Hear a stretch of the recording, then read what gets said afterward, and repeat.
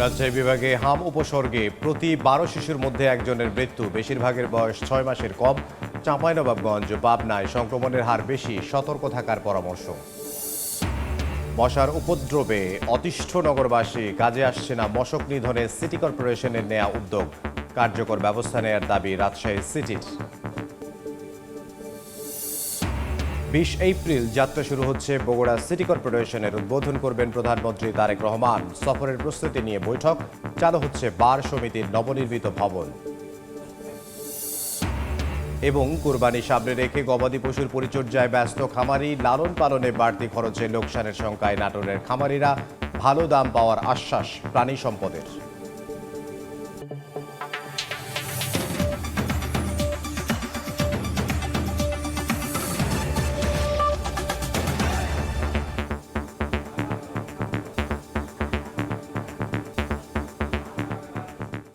আমন্ত্রণ সময় সংবাদের নিয়মিত আয়োজন। বিভাগীয় সময়ে থাকছে সপ্তাহের 7 দিন ভিন্ন ভিন্ন বিভাগের সংবাদ নিয়ে। আজ থাকছে রাজশাহী বিভাগ, সঙ্গে আছে আমি ইমদাদুল হক। রাজশাহীতে হাম উপসর্গে প্রতি শিশুর মধ্যে একজন মারা যাচ্ছে, এদের বেশিরভাগের বয়স 6 মাসের কম। এদিকে এই বিভাগে সবচেয়ে বেশি হাম ছড়িয়েছে চাঁপাইনবাবগঞ্জ ও পাবনা জেলায়। বিভাগে বেশি আক্রান্ত হয়েছে 9 মাসের শিশুরা। যারা সুস্থ হচ্ছে তাদের 1 সপ্তাহ থেকে 15 দিন চিকিৎসা নিতে হচ্ছে। স্বাস্থ্য বিভাগ বলছে টিকার পাশাপাশি হার্ড ইমিউনিটি গড়তে কাজ করছেন তারা। আব্দুস সালামের ছবিতে মওদুদ রানার প্রতিবেদন।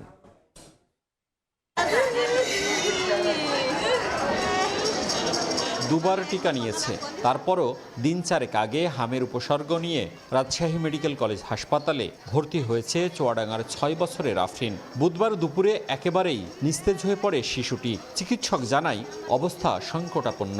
সেই থেকে সৃষ্টিকর্তার কাছে দুহাত তুলে প্রার্থনা আর আর্তনাদে বুক ভাসাচ্ছেন স্বজনরা। যতগুলো ডোজ দেওয়া লাগে সম্পূর্ণই দিয়েছি, একটা টিকাও বাদ দেইনি।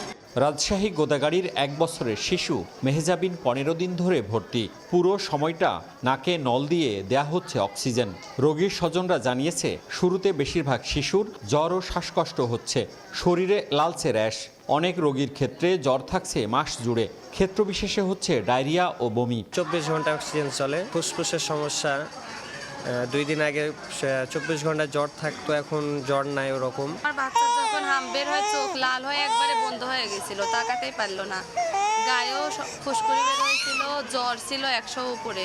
7 দিনের যদি 4 দিন ট্রিটমেন্ট চলে তাহলে বাচ্চার প্রোগ্রেস হয়, কিন্তু আমি তো দেখতেছি যে বাচ্চার কোনো উন্নতি নেই। বুধবার দুপুর পর্যন্ত রাজশাহী মেডিকেল কলেজ হাসপাতালে 164 জন শিশু চিকিৎসাধীন। ফেব্রুয়ারি থেকে এ পর্যন্ত 602 জন রোগী চিকিৎসা নিয়েছে, মারা গেছে 50 জন। গত কয়েকদিনের ধারাবাহিকতায় হামের যে সুস্থতার হার সেটিও কিন্তু বৃদ্ধি পেয়েছে এবং বেশিরভাগ রোগী কিন্তু সম্পূর্ণ সুস্থ হয়ে বাড়ি ফিরে গেছে। রাজশাহী বিভাগে এ পর্যন্ত হামের উপসর্গে আক্রান্ত হয়েছে 2100 জন। সবচেয়ে বেশি রোগী চাঁপাইনবাবগঞ্জ ও পাবনার। এর মধ্যে 9 মাস বয়সী শিশু রোগী 32 ভাগ। মোট আক্রান্তের 14 ভাগ 11 মাস বয়সী এবং 5 থেকে 9 বছর বয়সী 13 ভাগ। রাজশাহী বিভাগে প্রাদুর্ভাব কিছুটা বেশি হওয়ার কারণে বিশেষ টিকাদান কর্মসূচি বা কার্যক্রম অব্যাহত রয়েছে। রাজশাহী বিভাগের 5 জেলায় 4,40,000 শিশুকে হামের টিকাদানের লক্ষ্য নির্ধারণ করেছে স্বাস্থ্য বিভাগ। এর মধ্যে 2,80,000 শিশু টিকা পেয়েছে। মওদুদ রানা, সময় সংবাদ, রাজশাহী। এ বিষয়ে বিস্তারিত জানাতে এই মুহূর্তে নওগাঁ সদর হাসপাতালে আছেন সহকর্মী এমআর রকি। সরাসরি যাব তার কাছে।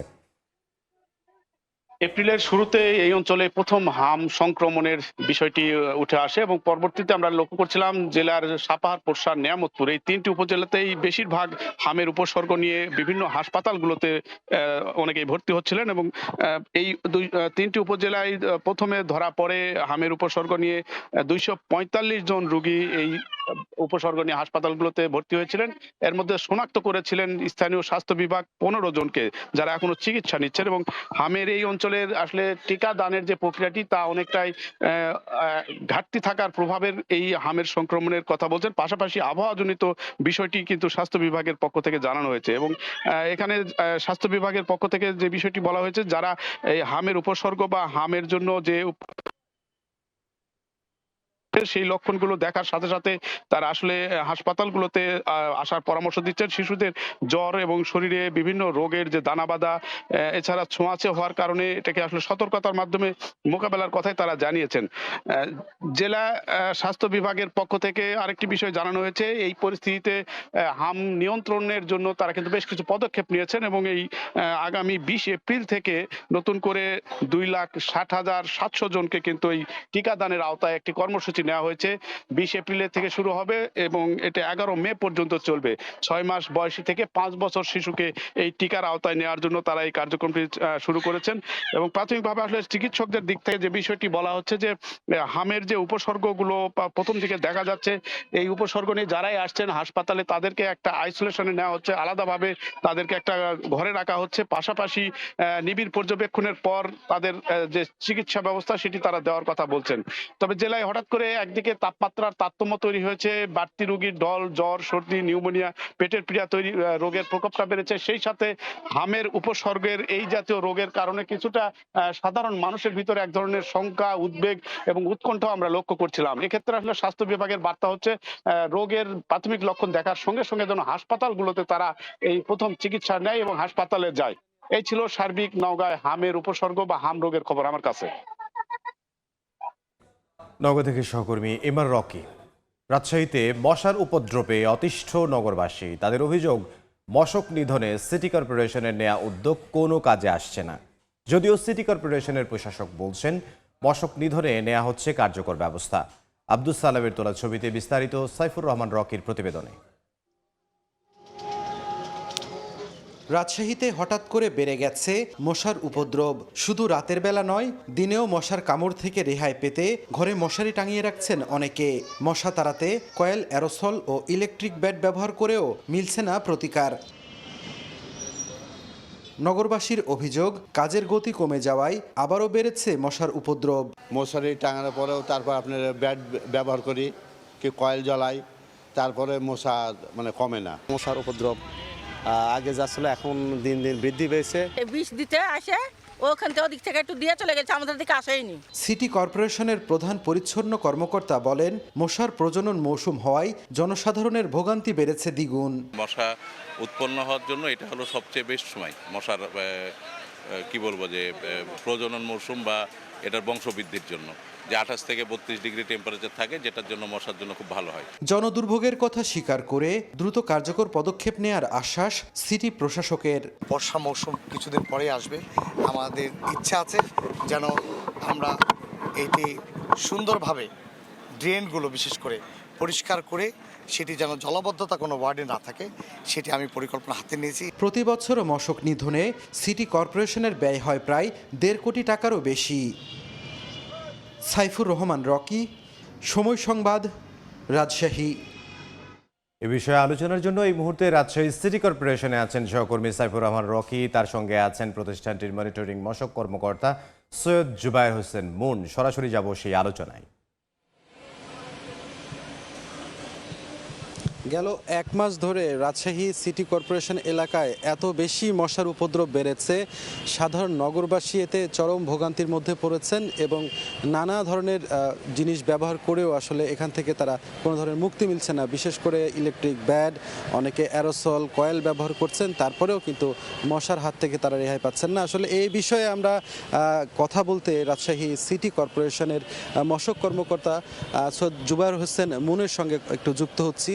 আপনি একটু আমাদেরকে বলবেন, বছরে কোটি টাকারও বেশি ব্যয় করা হচ্ছে, কিন্তু কেন যে মশক নিধন করা সম্ভব হচ্ছে না? ধন্যবাদ।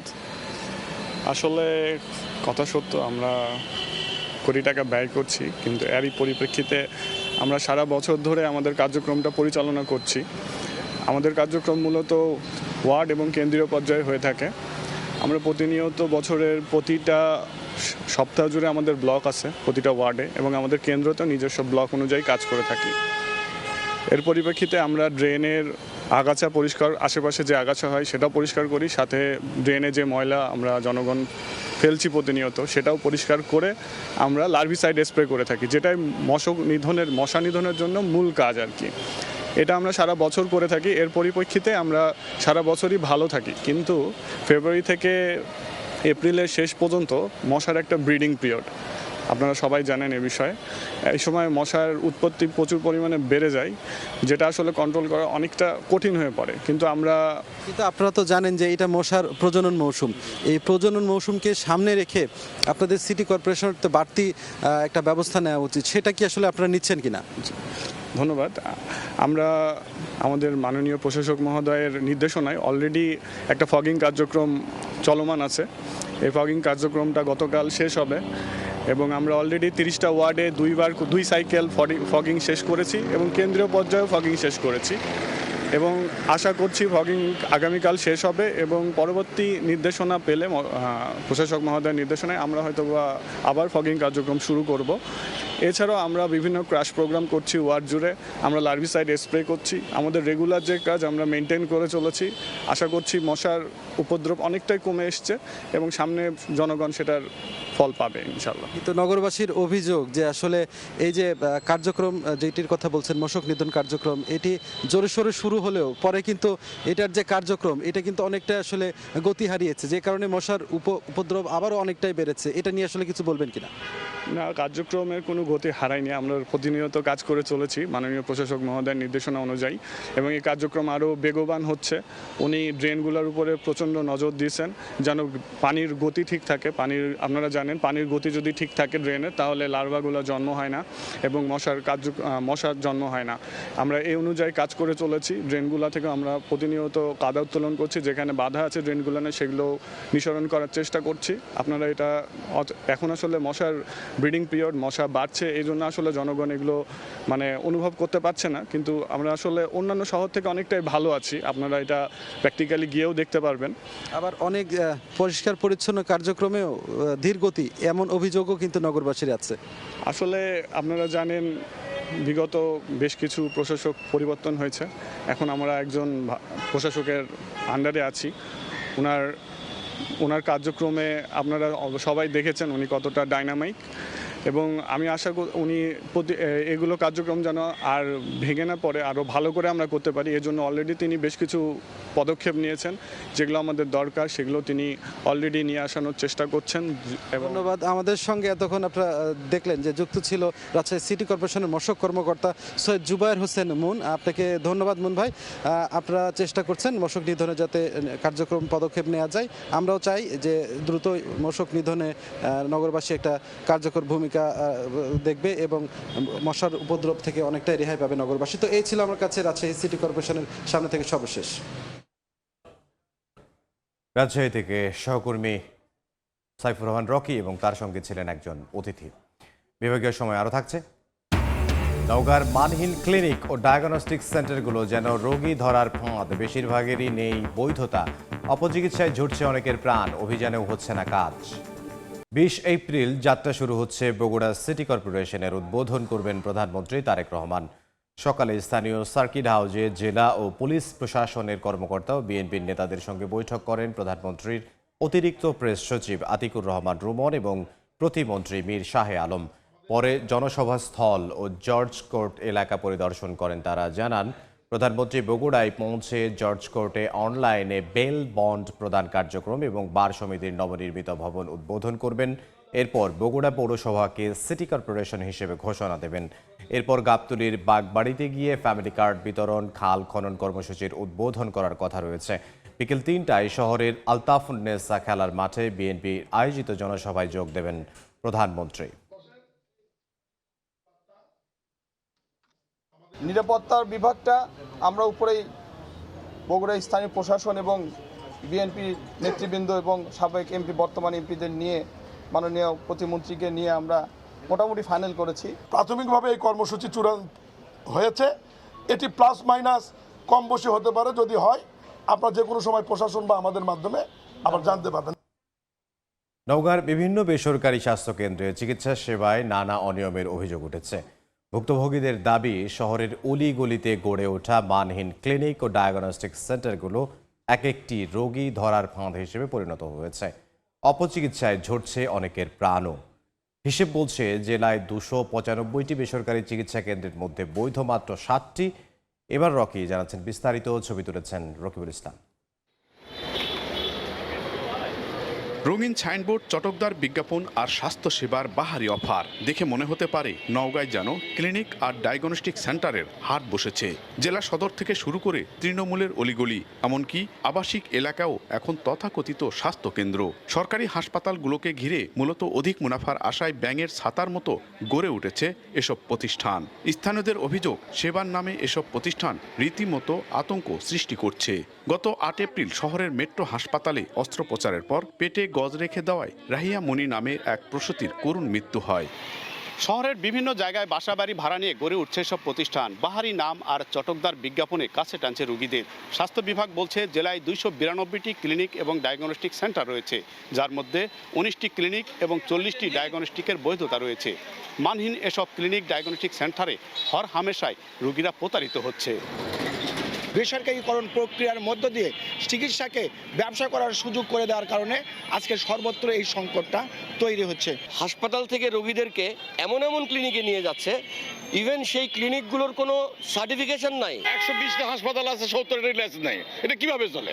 এটা চলে এই কারণেই যে পলিটিক্যাল পৃষ্ঠপোষকতা। অভিযোগ রয়েছে সরকারি হাসপাতালের এক শ্রেণীর চিকিৎসকের স্বেচ্ছাচারিতা আর দালাল চক্রের সিন্ডিকেটে জিম্মি হয়ে পড়ছে রোগীরা। সরকারি সেবায় বঞ্চিত হয়ে সাধারণ মানুষ বাধ্য হয়ে ছুটছে বেসরকারি ক্লিনিকে, যেখানে ইচ্ছে মতো অর্থ হাতিয়ে নেওয়া হচ্ছে। জেলার এই ভঙ্গুর স্বাস্থ্য ব্যবস্থা সংস্কারের দাবিতে রাজপথে মানববন্ধন ও সমাবেশ করছে স্থানীয় সামাজিক সংগঠনগুলো। বেসরকারি ক্লিনিক মালিক সমিতির দাবি, প্রশাসনের নমনীয় নীতির কারণেই বাড়ছে মানহীন প্রতিষ্ঠানের সংখ্যা। অন্যদিকে স্বাস্থ্য বিভাগ মাঝে মধ্যে অভিযান চালালেও হচ্ছে না কাজ। আমাদের সমিতির বিধান আছে, আমরা অর্থদণ্ডে একটা টোকেন মানি জমা করে তাকে বন্ধ রাখা হয়েছে, কিন্তু এই যে দেশের আইন আছে, আইনের প্রয়োগ নাই, না থাকার কারণে এখন যার ক্লিনিক করার কথা নেই তারাও ক্লিনিক করতেছে। যেখানেই অব্যবস্থাপনা পাচ্ছি, প্রত্যেকটাকে আপডেট করার জন্য অনবরত মনিটরিং কার্যক্রম আমাদের অব্যাহত আছে। জেলায় 11টি সরকারি হাসপাতাল সহ তৃণমূলে স্বাস্থ্যসেবা নিশ্চিত করার জন্য 375টি কমিউনিটি ক্লিনিক রয়েছে। এমআর রকি, সময় সংবাদ, নওগাঁ। বিভাগীয় সময়ে আরও থাকছে, 2 দফা মেয়াদ বাড়িয়েও শেষ হয়নি বগুড়ায় ফতে আলী ব্রিজ পুনর্নির্মাণ কাজ। যাতায়াত ভোগান্তিতে বাসিন্দারা জুনের মধ্যে শেষ করার আশ্বাস সড়ক ও জনপথ বিভাগের।